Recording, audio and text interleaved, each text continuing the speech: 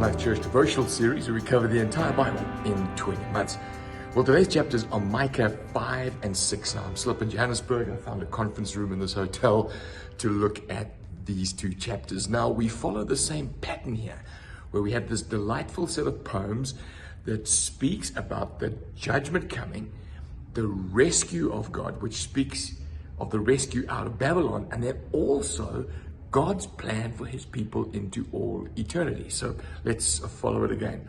It says here in verse 1 of chapter 5, marshal your troops now, the city of troops, because a siege is laid up against you. It's basically saying the Babylonians are coming, you're going into exile. But he goes straight into, changing the emphasis.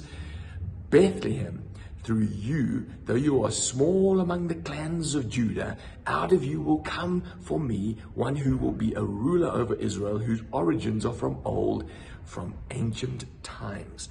And so that's directly speaking about Jesus. Isn't it incredible? The prophecy that he'll come out of Bethlehem, that nondescript little town, and he will come along the smallest of the clans, and he will usher in a new hope for Israel and the nations. He says this in verse 4, he will stand and shepherd his flock in the strength of the Lord and the majesty of the name of the Lord of God, and they will live securely, for in his greatness will reach the ends of the earth, and he will be our peace. It's a picture of Jesus. Jesus our shepherd, Jesus our peace, Jesus our great Savior.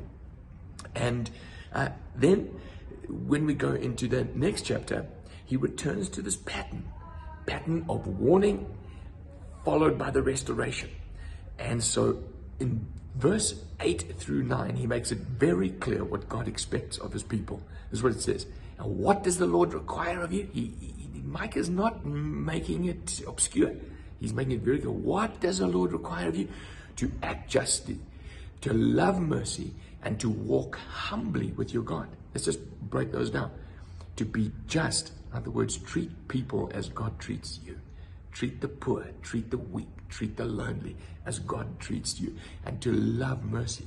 In other words, love God's heart of mercy. Remember, mercy triumphs over judgment. That's God's primary expression of his nature to people. And to walk humbly before our God. Not arrogantly, not posturally. He says, walk humbly. That's what I require of you. Listen, the Lord is calling to the city to fear your name is wisdom, is what it says here. Heed the rod of the one who appointed it. So he's basically saying, God's not making it a mystery. You know what he's called you to.